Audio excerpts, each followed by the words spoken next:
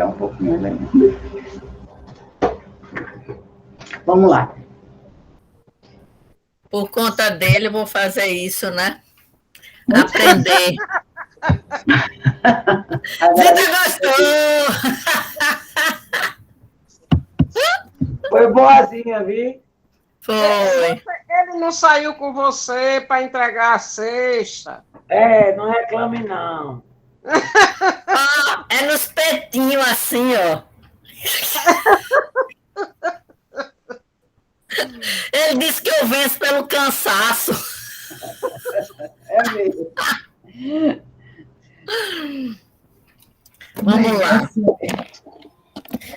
Divino Espírito Santo, derrama sobre nós suas bênçãos para que possamos acolher a palavra do teu Pai, do nosso Pai, e possamos reconhecer todas as graças que nós temos recebido, que possamos fazer a cada dia mais por aqueles mais necessitados.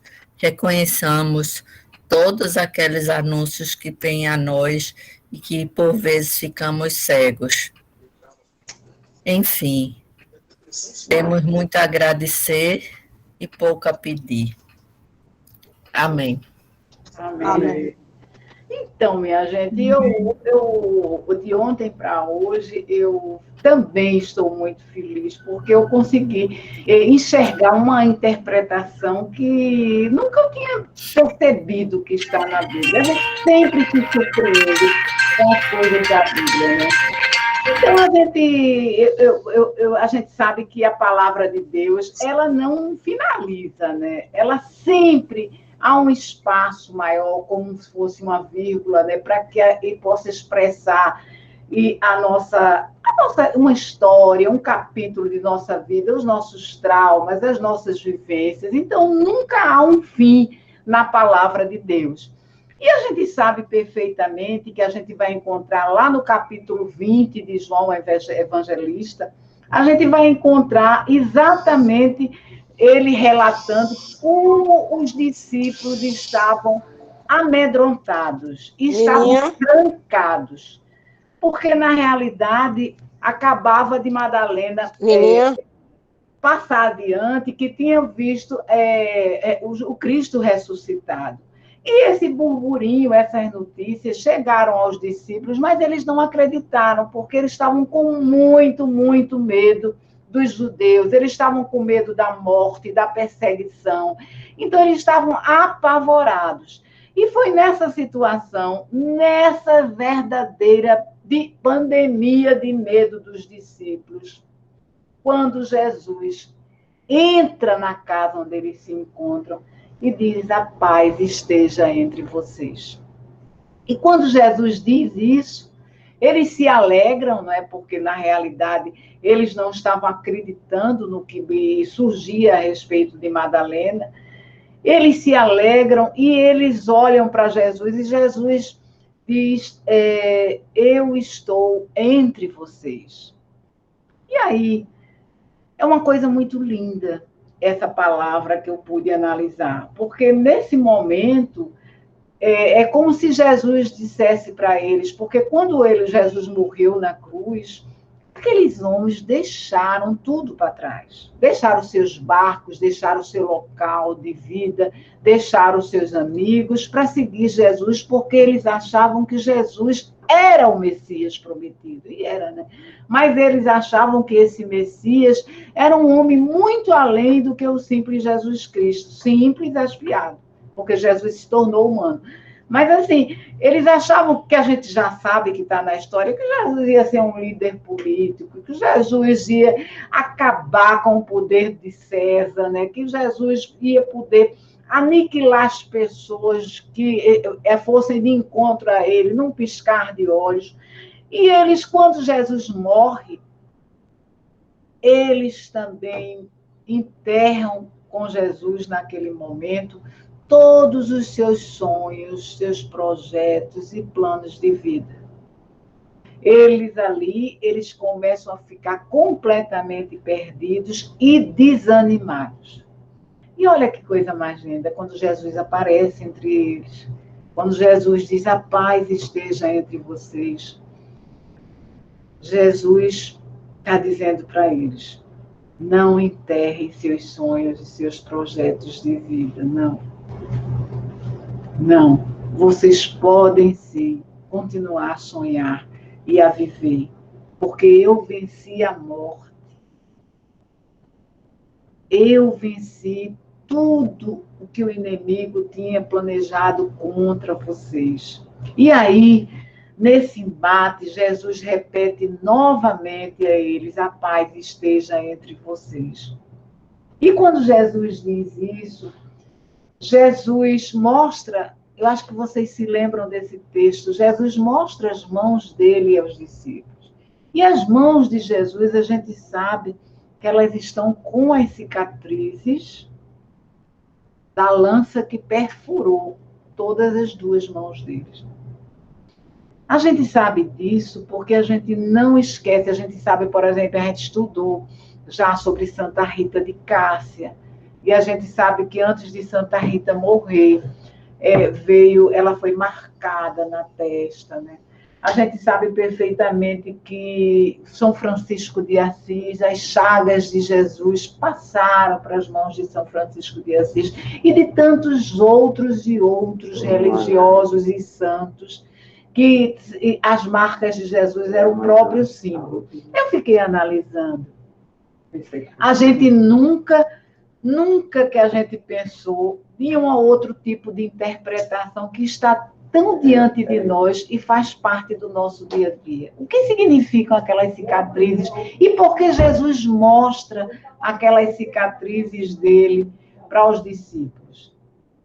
Olha, minha gente, ele mostra porque ele quer dizer aos discípulos que ele se fez humano e que ele sabe que a gente tem marcas muito grandes, cada um de nós em nossas vidas. E ele sabe que a gente já sofreu muito e está sofrendo de alguma forma, e tem marcas que ele sabe também que a gente não vai esquecer, que a gente vai carregar para sempre na vida da gente. Mas quando ele mostra as cicatrizes, ele diz: olha, apesar da cicatriz, você pode fazer uma reviravolta na sua vida.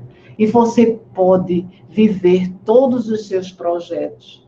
E quando ele diz isso, ele diz que ele entende que a dor de um pai ou de uma mãe, por exemplo, que enterra prematuramente, e sempre é prematuro um pai ou uma mãe enterrar um filho, ele sabe dessa dor.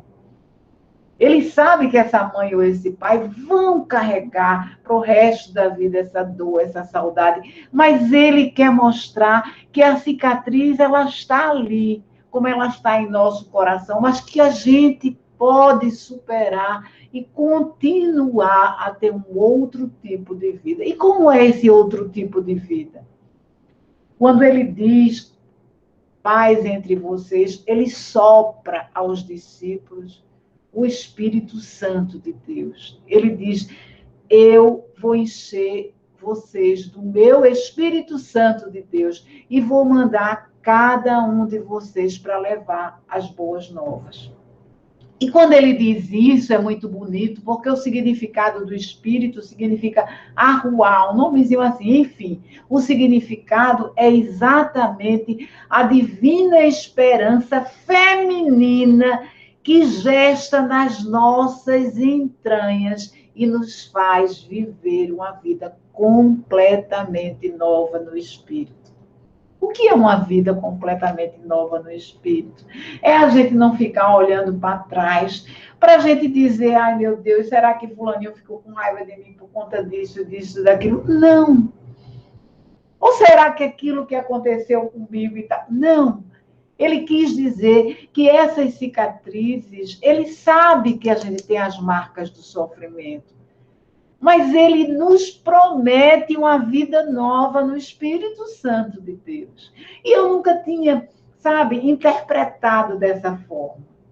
Então, quando ele diz que a gente vai mandar a gente, ele quer que o evangelho seja compassivo. Ele quer que o evangelho que a gente leve num momento em que o Brasil e o mundo é desafiado a tantas doenças, a tantas dores, de todas as formas, violências que a gente vê todo dia, ele quer que nós possamos verdadeiramente acalmar, fazer ser um alento para um coração de muitos que estão querendo o alento, o abraço, de muitos que precisam, como Mariana disse na oração, de que a gente alcance o olhar do necessitado.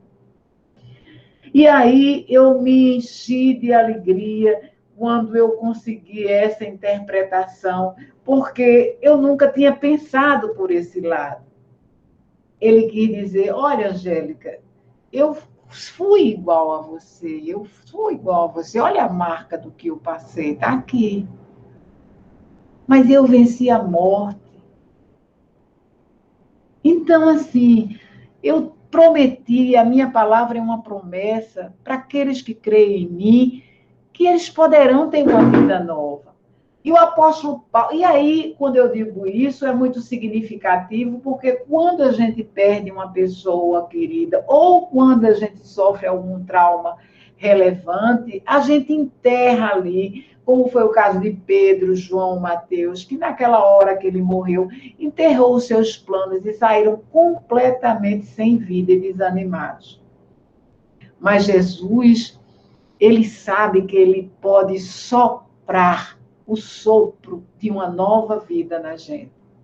E aí eu fico imaginando, o apóstolo Paulo lá em Coríntios, ele diz, cadê a sua vitória com o sepulcro? Cadê a sua com a sepultura?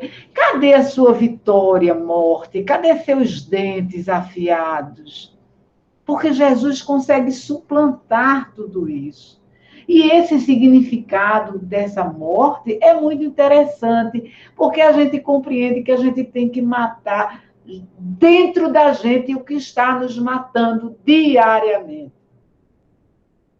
E aí ele chega, entra na casa dos discípulos, como ele entra no coração de cada um de nós, e diz, olha, eu tenho uma esperança para você. Você pode ter eu estava dizendo hoje às meninas lá no escritório, minha gente, eu estou pensando que quando terminar essa pandemia, se Deus permitir, eu acho que a gente vai viajar. A gente está pensando em ir, quem sabe, para a Espanha, para a Itália. E aí eu começo a sonhar e ter projetos de sonho. O que é isso? É uma vida nova em Cristo. É uma vida nova em Cristo. Eu passo a ter esperanças apesar de. Porque a cabeça da gente, ela precisa de refrigério também, de coisas boas. Você não pode sucumbir só a coisas tristes e problemas. Não, não pode. Você também precisa de renovações, você precisa checar coisas boas, você precisa também se revestir de uma defesa, por exemplo. Eu sou uma pessoa que eu sofro muito com as pessoas que sofrem. Mas às vezes, eu tenho que desviar o meu pensamento, porque eu sei que Deus tem um plano para a minha vida. E eu não queria, assim, contribuir para uma doença física ou uma doença emocional na minha vida. Vocês compreendem quando eu digo isso? Por exemplo, como é que eu posso evitar de ter... Eu sei que se for da vontade de Deus, eu tenho aqui agora, mas eu acho que eu posso evitar e posso tentar não reclamar assim, tanto das coisas que ficaram para trás.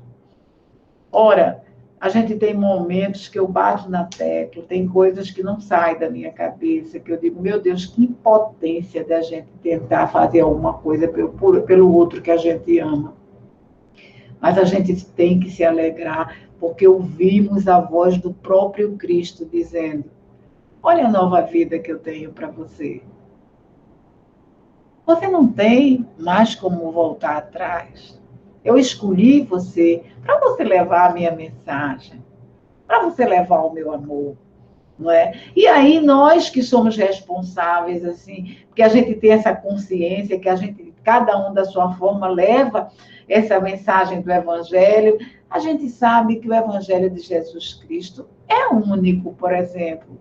acolher, né? Não julgar as pessoas. Não julgar as pessoas da forma que tantas vezes a gente está acostumado, né? Deixa as pessoas serem o que elas são. Quando eu digo serem o que elas são livres de pensamento. O julgamento é com Deus, não é? E eu penso que a verdadeira igreja de Deus, se ela não acolher preto, branco, comunista, sem ser comunista, não é a igreja de Deus. Porque Deus, quando veio por aqui, Jesus Cristo, ele só veio para as pessoas que precisavam dele. Então, eu cada vez mais, muitas vezes, eu fico muito triste, né? Quando eu vejo as divisões de igrejas, vejo essas brigas sem fim. Nunca que Jesus transformou a mensagem dele em mensagem mercadológica. Não, nunca se viu Jesus fazer um comércio do evangelho dele. Não, Jesus venceu. E venceu, exigindo que cada aquele que crê na gente, a gente pode ter uma vida nova. O que é que a gente mais precisa? A gente ser transparente, a gente ser transparente para Deus e a gente ter dignidade, a gente conseguir fazer com que ter uma retidão de atitudes que está de conformidade com o que Jesus ensina para a gente. Eu acho que se a gente consegue isso, a gente já agrada a Deus, a gente já está no caminho de Deus. Muitas vezes, sem que a gente perceba, a gente é referência para os outros. Vocês que são mães, vocês são referências. Eu lembro muito, porque tinha muita coisa que mamãe me dizia, que eu não concordava com ela, né? Eu brigava e tal, mas quando eu saía de casa, que eu pegava no carro, começava a dirigir, eu começava a refletir e fazia, meu Deus, eu sei que ela tem razão. Agora eu preciso achar uma forma de agir, porque fica na cabeça da gente. Fica na cabeça da gente os ensinamentos que são dados, quando são ensinamentos de coração. Nossa Senhora, eu vejo como a Eleniza era, deixava a toalha molhada na cama e não lavava um prato e não é? Meu Deus, hoje na casa dela a gente só entra se a gente bater o pé e ela diz, olha, tira aquela toalha dali, tal. Eu não digo nada, só fico olhando que o que a mamãe dizia, se ela está se valendo hoje dos ensinamentos que a mamãe fazia para ela. Porque senão a casa dela era uma zona, não era tudo sujo, era tudo não. Ela, ao contrário, ela hoje... E a gente não pediu. Então, as coisas a gente pensa que não entra na cabeça, mas entra, sabe? Sabe, Fafá? Entra sim. Pode não passar, a gente pode não perceber agora. E, infelizmente, tem alguns filhos e filhas e pessoas que a gente ama, que às vezes a gente acha que passou da hora de entender. Mas eu tenho certeza de que Deus não ia deixar uma mãe, quando tem muito amor no coração, levar as diretrizes para seus filhos e esses filhos não assimilem. Não. E outra coisa, eu penso que a verdadeira caminho de conversão para Deus é essa consciência que a gente tem. Paz entre vocês. Aí Jesus diz aos discípulos, né, que ele ali está mandando cada um, ele nem fala mais em dois e dois, porque ele sabe que o plano é para cada um. Ele diz, todos aqueles que vocês perdoarem, serão perdoados. E todos aqueles que vocês não perdoarem, não serão perdoados. Com isso, a gente tem que entender a simbologia de Jesus. Ele não quer dizer que nós somos sacerdotes, não é nada disso. Ele quer falar de um reino muito maior e que não é visível, que é o coração da gente. É evidente que a oração do Pai Nosso diz, se nós não perdoarmos os outros, não seremos perdoados. E a gente diz a oração do Pai Nosso de uma forma decoreba. A gente não entende que se a gente orar aquele Pai Nosso, a gente precisa ao menos tentar seguir o que aquele Pai Nosso diz. É por isso que eu não concordo com as orações decoradas.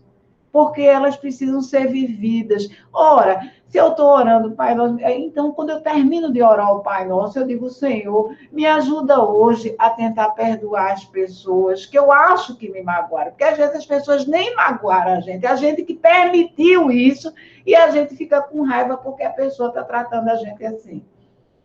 Então, é preciso que a gente faça sempre essa reflexão miúda dentro da gente. Porque Jesus, como ele entrou na casa que os discípulos estavam apavorados, nós estamos apavorados. É preciso que a gente deixe Jesus entrar para dizer paz entre vocês. Que a paz esteja com vocês. Porque a palavra primeira que Jesus disse aos discípulos, depois que morreu, foi paz.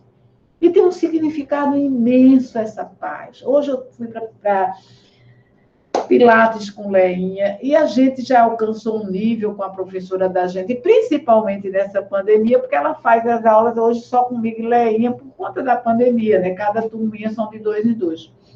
E aí, ela hoje, ela não foi na última aula, e ela mandou uma mensagem dizendo que estava com saudade da gente. Eu disse, Leinha, Liliana está sentindo saudade da gente. Eu até estranhei, porque ela aparentemente, como muitas de nós, parece uma pessoa fria.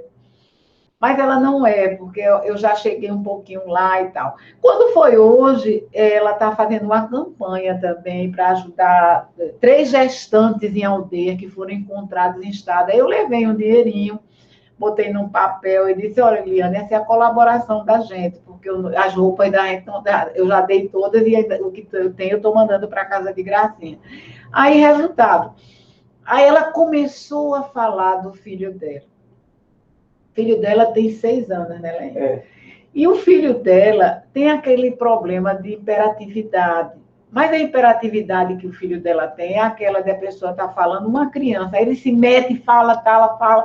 E aí ele tem um negacionismo, ele diz assim, meu amigo faz isso, mas a psicóloga sabe que não é o amigo, é ele. E ela começou a falar e começou a dizer que a medicação que ela estava dando ao filho, ela estava preocupada que estava achando o filho depressivo. Ora, uma criança de 6 anos.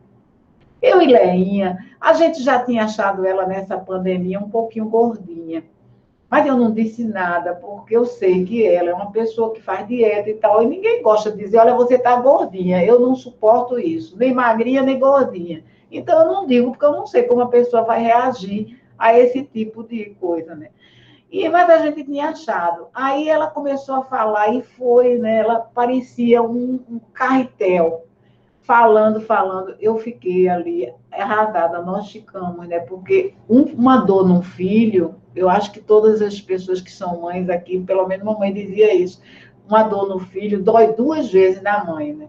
Mamãe dizia, podem fazer comigo, mas se fizerem com minhas filhas, eu mato, né? Aquela coisa. E ela começou a falar, e a gente vendo uma criança e tal, a gente saiu dali arrasada. Quando eu cheguei de tarde em casa, eu mandei uma mensagem para ela.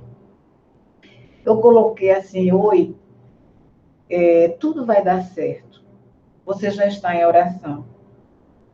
Aí ela respondeu, Angélica, querida, imagine, ela é bem seca. Angélica, querida, obrigada pelas suas orações. Você, como sempre, com um carinho imenso. Aí eu botei só um coraçãozinho, eu não disse nada. Mas eu pude perceber que dor aquela mãe está sentindo. Se a gente for comentar isso com outras pessoas, vão dizer assim, mas que bobagem, uma coisa não é, não. E ele é filho único. O histórico dessa moça é muito complicado. E aí, o que eu estou querendo dizer, contando essa experiência, é que Jesus chega junto da gente e diz, a paz esteja entre vocês. E aí eu entendo quando Jesus alcança os discípulos e diz, levem a minha mensagem e sejam alento para os corações aflitos. Vocês possam agasalhar aqueles que estão precisando de vocês. Porque quando as pessoas derem sinal que estão precisando de vocês, eu estarei presente entre vocês, estou soprando a vocês com o meu Espírito Santo de Deus. Então, esses detalhes do dia a dia, eles me colocam muito, muito junto do Evangelho de Jesus, com as experiências. Eu assisti um filme essa semana e até passei para minha fisioterapeuta para assistir Somos Todos Iguais. É um filme Purezinha muito... Foi. que... É Tereza que me indicou. Olha, eu vou dizer uma coisa para vocês. Eu fiquei eu chorei tanto que eu até me arrependi, assim, não da história, mas porque eu passei tão mal chorando. Tão mal que eu vi a hora, o quarto está cheio de lágrimas. Porque eu chorei tanto. Primeiro, eu assisti os filmes em pé, para eu verificar todos os detalhes, porque de longe eu não enxergo os detalhes. Vocês sabem E eu também, por tabela, em pé atrás dela, porque senão eu não enxergava. porque eu fico na frente. Cíntia já me viu assistir assim, eu fico em pé. E olha a televisão bem grande, mas eu assim, olhando os detalhes, porque o olhar, para mim, fala mais do que as palavras. Eu gosto de olhar. E aí a história resume-se, né? Eu vi que a mulher do filme, meu Deus, como Deus é maravilhoso. A mulher só teve um propósito, Deus só teve um propósito na vida dela. Ela veio para transformar o coração de um morador de rua. Olha que Deus maravilhoso. Olha que Deus maravilhoso. E eu vi quando aquela mulher levou aquele homem um dia para dormir na casa dela. Eu disse, Senhor, me perdoa, mas eu não tenho coragem. Eu sei que tem muita gente que mata e tudo, mas às vezes, sabe, eu fico assim olhando. Quando eu vi aquela mulher de avental servindo comida para as pessoas, meu Deus, eu vi eu ali. E o pior, quando ela morreu, eu disse, meu Deus, Leinha, será que vai ser assim comigo? Porque eu me identifiquei tanto com a mulher que meu Deus, como eu me achei parecida com ela. Parecida, pelo amor de Deus, não que eu seja boa, mas essa vontade que Deus coloca no meu coração de ir adiante, sabe? De ficar sempre querendo fazer alguma coisa. Eu sei, meu Deus, que eu sou limitada, mas eu quero sempre superar a minha limitação em Deus e para Deus, porque é o sentido que eu encontro para a minha vida em Deus. E eu sei que Deus me botou aqui, ele me deu a resposta nesse filme, porque se ele tinha um propósito para aquela mulher, só para transformar aquele homem, depois a mulher adoeceu e foi-se, ele tem um propósito claro, que eu não sei o que ele deseja para a minha vida, mas eu quero ser digna do propósito que ele pensou para mim nessa terra. Então, assim, não sei se a gente consegue, porque eu tenho tantos defeitos. Mas quando eu vi essa palavra hoje, e Jesus entrou com os discípulos e disse, olha as minhas marcas. E naquelas cicatrizes que ele mostra nas mãos, eu pude olhar para as minhas cicatrizes, de tantas coisas que a gente passa, de tantas dores que a gente passa, e que a gente supera porque a gente quer uma nova vida e o coração da gente está disposto a escutar e a servir esse Espírito Santo de Deus. Uma nova vida completamente diferente. Mas a gente sabe que a cicatriz está ali. A marca da perda de Leandro está aí no coração de Fafá. É uma das dores que eu mais respeito aqui na nossa casinha de oração. E eu sei que Fafá só está vivendo porque uma hora, eu não sei qual foi a hora, eu não sei qual foi o dia, Jesus visitou o coração dela e disse, paz entre vocês. Você pode continuar vivendo. Então, minha gente, essa palavra me deu muito, assim, aconchego no meu coração. Essa palavra diz o quanto Deus ama a gente incondicionalmente, né? E diz o quanto a gente pode reativar essa intimidade com Jesus sempre, porque é como se ele estivesse batendo a porta da gente, entrando sem pedir licença, e ele sabe que pode e deve fazer isso. E dizendo, a paz esteja com vocês. Outra coisa que eu escutei hoje da minha professora de Pilates, ela falando do marido dela, pai desse rapaz, desse menino que tem o mesmo problema do filho. Ela dizia que os pais, o marido dela, ex-marido dela, tinham uma relação de família que eles se achavam unidos porque agrediam uns aos outros. Eu fiquei escutando aquilo. E outra coisa, ela disse que o ex-marido dela dizia assim para ela dizia, o meu amigo, assim, esse seu amigo tem carro, qual é a marca do carro? Você precisa andar com pessoas que têm. Eu fiquei pasma, assim, ela disse, Não, você precisa andar com pessoas que tenham algum tipo de serviço que possa lhe servir. Ele tem que ter uma pessoa que tem um advogado bom, porque você precisando, você já tem um advogado bom. Ele tem que ter uma casa na praia, porque se você quiser ir, ter uma casa de graça na praia. E aí eu fiquei imaginando, tem pessoas desse tipo, minha gente. E aí eu fiquei vendo assim, né? Mamãe e não tinha escolaridade nenhuma, só da vida mesmo, né? E a gente tem as diferenças, é lógico que a gente já brigou mais, Foi. Né? Eu fiquei calada e achei assim bem interessante, porque a única resposta que a Angélica deu foi essa, disse, meu Deus, Liliana, eu só posso dizer a você assim, graças a minha mãe, não teve escolaridade nenhuma, era analfabeta, mas eu, minhas irmãs, somos tão unidas.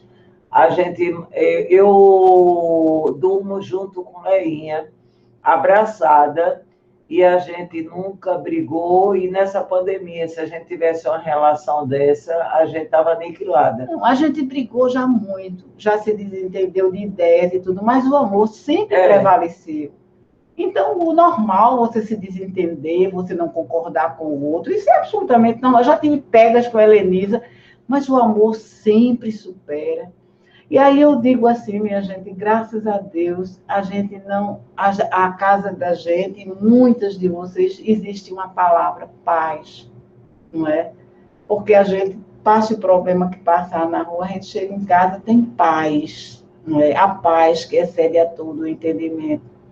A gente pode se deitar na cama e pode ter problemas, isso e aquilo outro, mas a gente sabe que o Jesus está visitando a gente e trazendo essa paz entre a gente. Então, eu achei interessante passar para vocês essa interpretação desse texto de João 20, né? Quando Jesus, naquele início de semana, quando ele já tinha morrido, ele entra na casa, encontra os discípulos com medo, desesperados, aterrorizados, e ele entra e diz, a paz esteja com vocês. E assim, eu acho que, com certeza, a paz está entre nós. Palavra do Senhor. Graças a Deus. Eu queria dar uma palavrinha assim, com